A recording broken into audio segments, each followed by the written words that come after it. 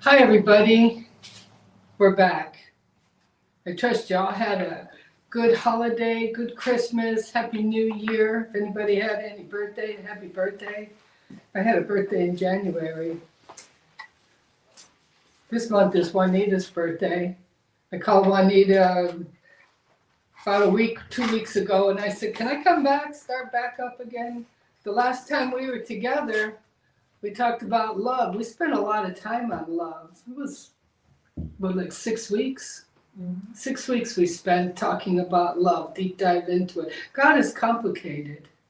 I was down in the Caribbean right around Christmas, kind of like a Thanksgiving, Christmas adventure that we go on. And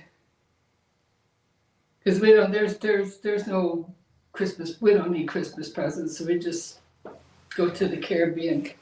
And I found this paradigm. One of my grandbabies, she's going to be 18, and she's graduating, and I found a necklace, and it's beautiful, and you look into it, and it's like, hey, you know, when you're standing there with mirrors, and the mirrors just continue on, they just never stop, and that's what it looks like when you go and look down in the center of this stone. She's going to love it. I hope she doesn't watch this, because then I'll ruin the surprise, but that's what God is like. He's never ending, never stops. You can just deep dive into one word and get lost in one word. And that's what we found out with love. We just kept on looking and exploring, and actually I think we only touched the tip of the iceberg. I thought, I really need to wrap this up. Now we're going to deep dive into forgiveness. 127 times forgiveness is mentioned in the Bible. Next week, we're going to look at the Greek and the Hebrew translations. That's 146 times. So what is that? Almost 20 times more. The Greek and Hebrew translation of forgiveness. The English translation is only 127 times. But interesting, forgive is only mentioned 38 times in the New Testament and the Old Testament. So there must be, God has more focus on forgiveness than he does on forgive. And you know, I love my Merriam-Webster. So I looked it up. I said, what does forgiveness mean? It's the act of forgiving or a pardon. So what does the act of forgiveness mean? What does this mean, the act of forgiving? I think to myself, how can I forgive or have forgiveness if I don't even know what it means? Now, the secular psychologists, we're going to climb out of the Bible and jump into the world. Psychologists say that it's a deliberate decision to release feelings of resentment or vengeance towards a person or a group that has harmed you, regardless of whether they actually deserve your forgiveness. So let's look at that again. A deliberate decision to release feelings of resentment or vengeance towards a person or a group that has harmed you, regardless of whether they deserve it or not. So it sounds pretty easy, doesn't it? No. Mm-mm. Forgiveness is like getting a tattoo. They hurt.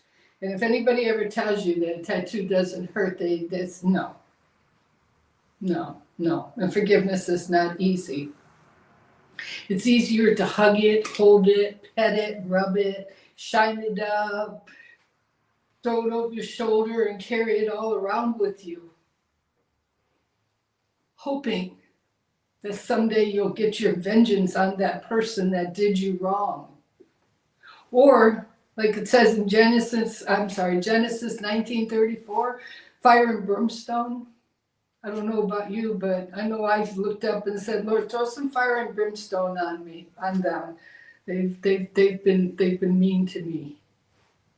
So I do the same thing. I do the same thing you do. Looking for vengeance. for the person that did you wrong. Psychologists, we're still in the secular world here still. Psychologists, they tell us to forgive. It also, research shows that unforgiveness causes medical issues, heart disease, high cholesterol, high stress level, increased blood pressure, anxiety, depression, stress, because you're more focused on what somebody else did you wrong, how they did you wrong, what they did to you, and you see them, they're trotting around, acting like nothing's going on, and you're all full of all that hurt. Causes a lot of medical issues. And they also did research on that with 62% of adults, American adults, so that would be our age group, say that they need more forgiveness in their lives. That's more than half. So when you look out, maybe you're in the mall. Well, we don't have malls anymore. Maybe the movie theater or the restaurant, and you look around and you think, you know what, more than half of these people here have some kind of an unforgiveness. Are you part of that 62%? That's a tough call, because it's not easy to forgive when somebody does you wrong. Even Buddha, we're still in the secular world here. Even Buddha, you read up on the different phrases and teachings. Buddha was very wise. He just wasn't a Jesus person. He was just a very wise. And he says it's important because it creates inner peace.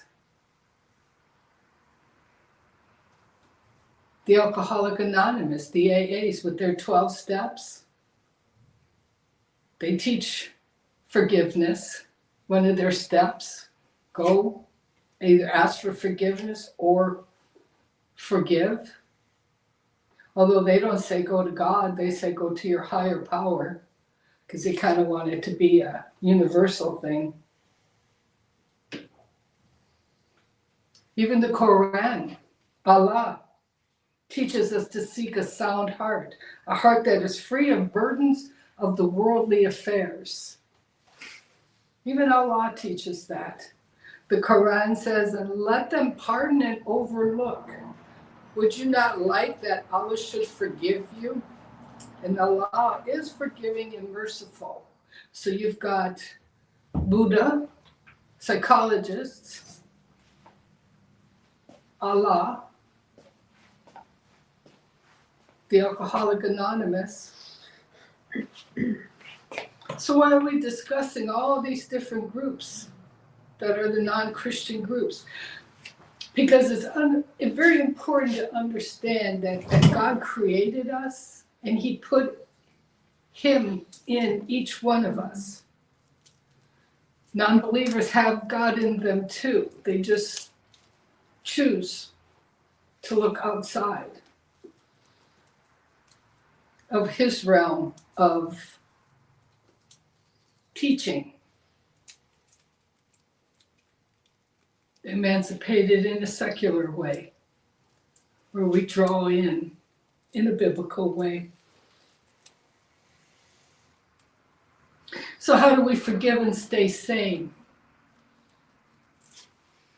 I was bent over a couple times, and I couldn't forgive. I like we were talking about, I held it, I petted it, I shined it up. I told God all about it. I asked for the fire and the brimstone to come on down to this person. And maybe like, who was Lot's wife? She turned into that pillar of stone. And she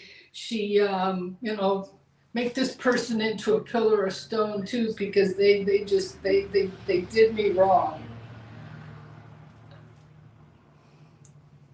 It never happened. It only upset me, created stress and anxiety in me. I went through many teachings with Juanita. I've been with Juanita Folsom Ministries for a while now, and we did many teachings and learning and healing classes.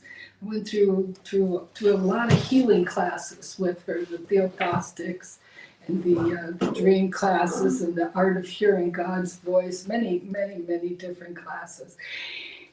And I went through a forgiveness class, and I thought, okay, it's time that I need to let this go. So I'm on a mission. I called on the phone, and I said, I forgive you. And you know what I heard on the other end of the phone? It's just, you're stupid. Hung up the phone on me. So of course I didn't forgive. I just started to restir that pot, because why should I forgive if the forgiveness that I offered wasn't accepted? So tonight let's look at what forgiveness is and what forgiveness isn't. First of all, forgiveness is not a sign of weakness. To forgive does not mean that you're weak. It doesn't mean that you're backing down. And it's not for the other person. Forgiveness takes courage. It's courage that involves grace, kindness, compassion, the kind of compassion that Christ has for you. That is what courage you need to seek and offer forgiveness for whatever was done to you. And each one of us, there just isn't anybody who can say that they don't have something that was done to them that shouldn't have been done to them. Verbal abuse, physical abuse, stealing from somebody, just any little dastardly deed that people do to other people. Forgiving doesn't let the person off the hook. We're just kind of taking them off our hook, and we're giving them to God. Remember what God says, vengeance is mine.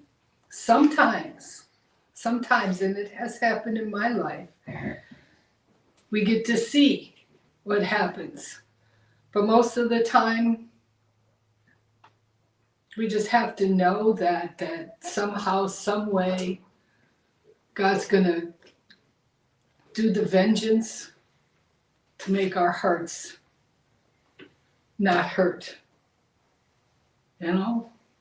Look at him and say, Lord, so-and-so hurt me. My heart hurts. You know, we did that study on tears, and the tears come down. And we learn that the tears of sadness and the tears of joy, the tears of vengeance, of hate, of unforgiveness, they all have a different chemical composition. We learn that. Go back to the tears teaching and rewatch that and learn that. And scientific studies show that a broken heart is an actual thing. It's called Takotsubo cardiomyopathy, or stress cardiomyopathy. It's real. It's when the weakening of the left ventricle of your heart is caused by emotional or physical stress. Mm-hmm. It causes chest pains. It causes shortness of breath. I mean, how I'm sure at our age, because we're not children anymore, we've all had something that broke our heart, that hurt us. And it's almost like it pushes you backwards until you sit down. It's in here, fatigue, cold sweats. I remember I broke out in hives. I couldn't understand why I was completely full of hives. And I went running to the doctor, and the doctor told me it was stress. Mm-hmm. And looking at this, I can say, yeah, it was stress caused by a broken heart. So that's real. When people say my heart is broken, yeah, it's a real thing. Forgiveness also does not mean to forgive and forget. Actually, that's not even biblical. You're not going to find forgive and forget in the Bible. It's just something that somebody sometime somewhere made up. Forgive and forget. No, that's not going to happen. God gave us the ability to remember. He gave us the ability to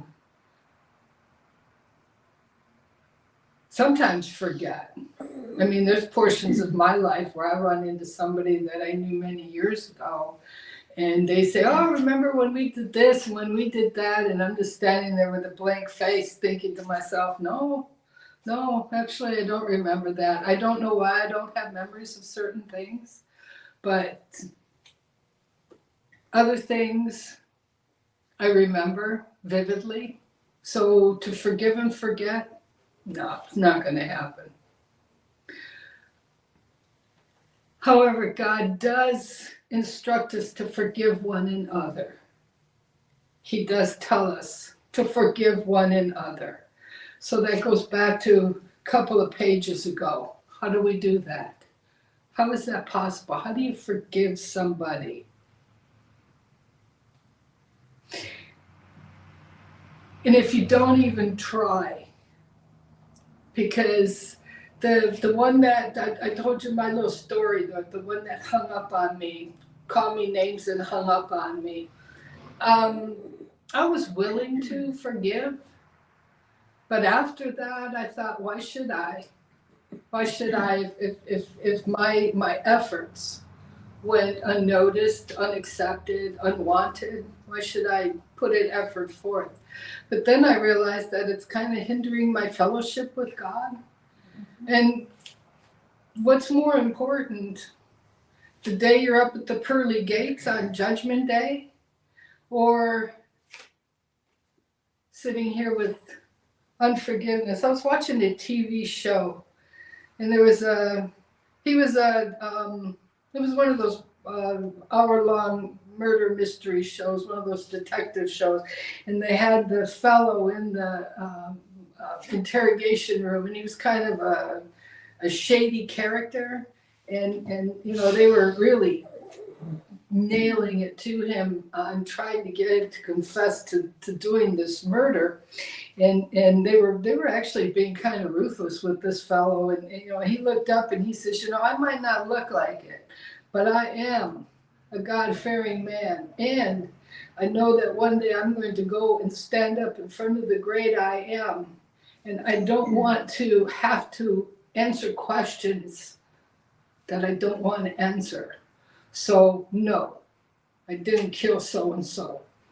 And the detectives kind of said, well, what can you say when somebody answers that to you? So the detectives kind of moved on to somebody else. But if we're not willing to forgive others, our fellowship with God, it is hindered, because he does tell us to forgive, even though we don't want to, even though it's so much easier. So it feels warm and fuzzy inside to pet that unforgiveness and shine it up, and maybe you're going to show it to other people. Look what so-and-so did to me. Look at what so-and-so said, and I'm never going to forgive them. I actually had somebody look at me and say, if you did that to me, because we were talking about scenarios, and I said, well, I'm going to do this, and they looked at me and said, if you did that to me, I would never forgive you.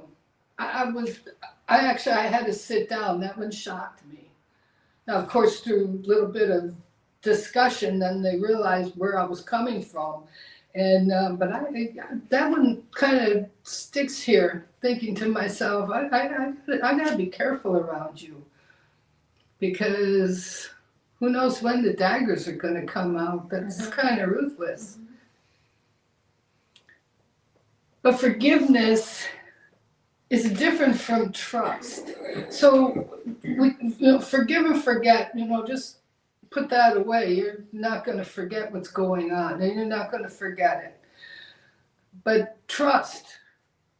When someone does something to you, they've broken the trust, they've broken the confidence, they've broken the friendship. It's broken. And it's just like if you take a piece of paper and you crumble it up. I'm not going to crumble my papers up because I take them home.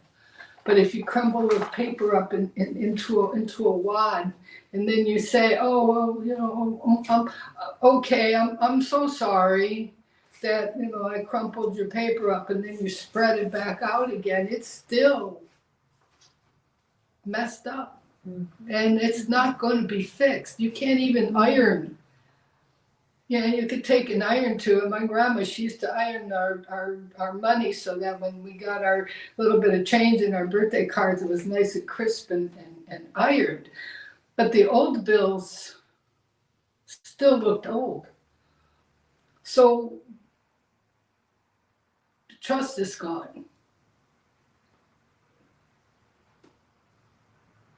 God doesn't tell us that we have to act like the offense never happened.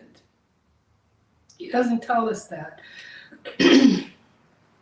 And Proverbs 22:3, this one is good. It teaches us the prudent see danger and take refuge, but the simple keep going and pay the penalty. Don't be simple. Be wise.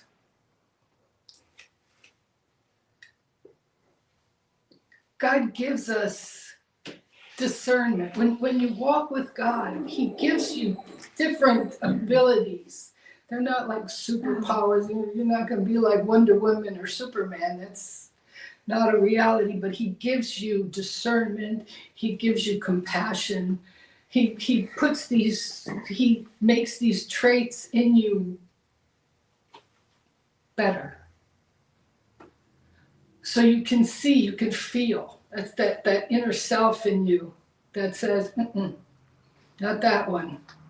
Back off of that one. Even though they're nice and pretty and they've got lots to say and they're great conversationalists, if your self is saying, be wise. Like Proverbs tell you, prudent see the danger and they take refuge. You don't have to go run away from them. Just don't become their buddy. But the simple keep going and pay the penalty. So think about that one. Don't be the simple one. Be the wise one. Even Matthew 10:16 teaches us, be wise as a serpent and harmless as a dove. God will give you this if you just ask Him. It doesn't, for me actually, it's not, I never had, I know I talked about this before, it's when I quit smoking, I heard people say, "Oh, I woke up one day and I never smoked again." I ran into somebody the other day who just cold turkey put their cigarettes down. I suffered. I took Chantix. I just, it's been years and years and years, probably about 15 or so years, but I don't, God just doesn't roll out the, biblical red carpet for me. I have to search and seek out and find, and you might be that kind of person, or you might be the kind where He just leads you to the promised land, like the one who wakes up in the morning and everything's okay.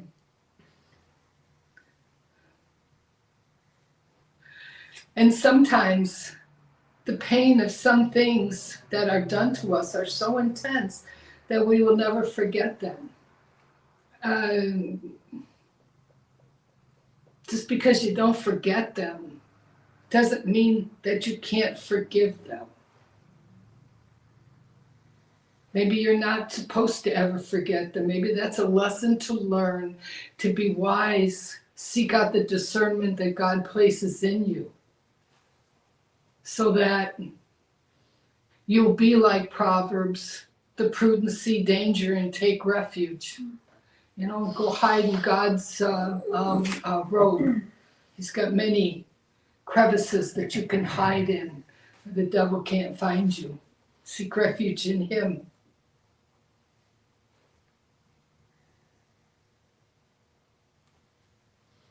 Forgiveness also doesn't mean that we totally restore a relationship with the one that hurts us. You know, pretend like nothing ever happened.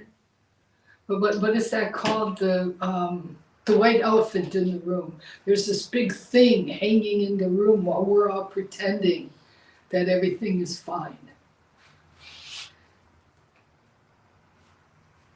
You know, everything isn't fine, and it's not going to be fine, and it won't be fine because you did such and such to me. And sure, I can forgive it, but can I forget it? Maybe in time. Maybe in time God makes it a little easier. Time. I heard someplace that time heals all.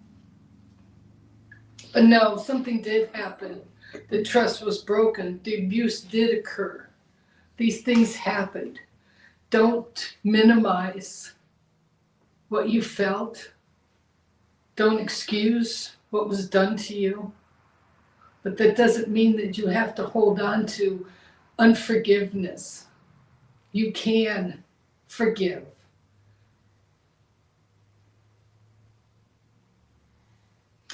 With forgiveness, you're able to work through the hurt that has occurred to you. Not occurred to you, but occurred, that occurred in your life that somebody else did to you. Maybe you want to restore the relationship. Maybe it's somebody that you really want in your life. But I can tell you that even if you do bring them back into your life, the boundaries are going to be different. The trust is going to be smaller. The words spoken are going to be more thought on before you share your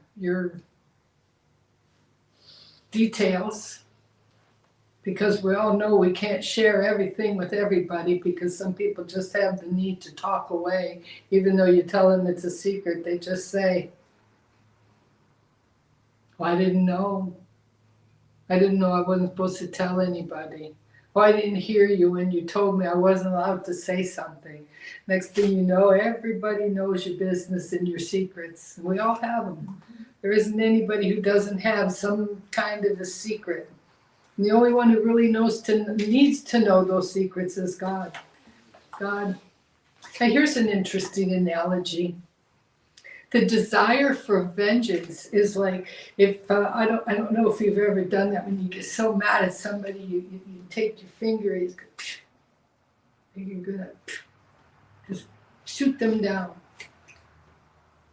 You point that finger at your adversary, just like the barrel of the gun, and your thumb is hooked on here, so that it's, like you're holding on to the trigger.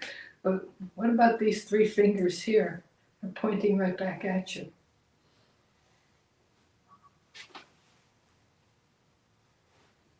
Doesn't God have a great sense of humor?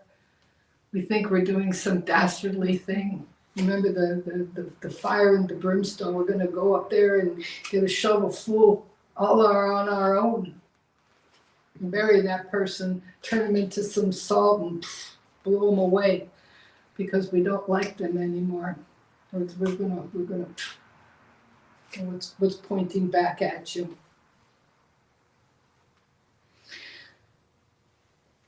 And it isn't a reality that you're going to be at peace with all people, that you're going to just be friends with all people.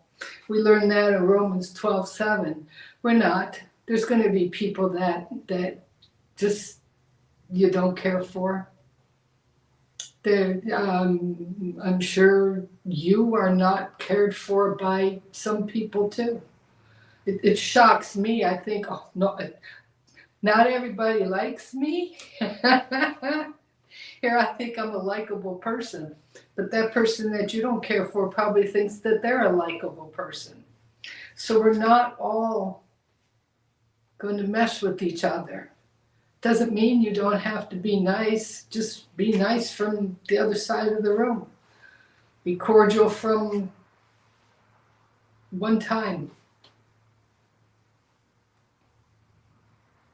A lot of times we think as Christians that we're required to fix every broken relationship, live in harmony with everybody,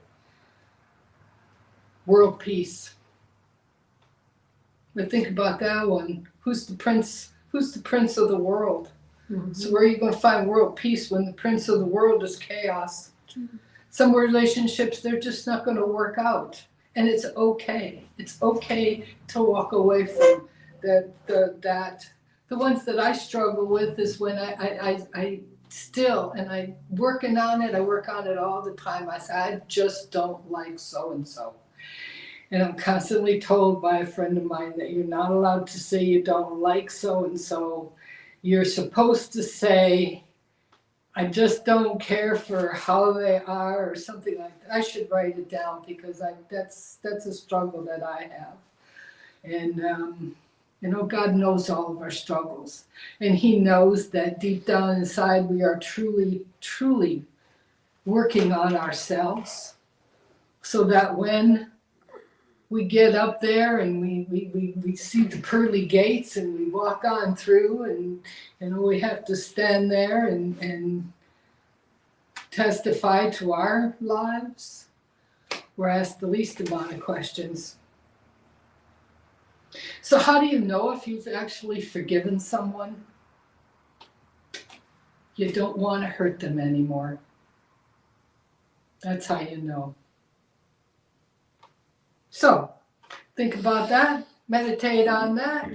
Next week, we will deep dive into what the Greeks have to say about forgiveness. And don't forget, without JuanitaMinistries.com, we wouldn't have our time together. I'm glad I'm back. It's nice to talk to you all again. And I'll see you next week.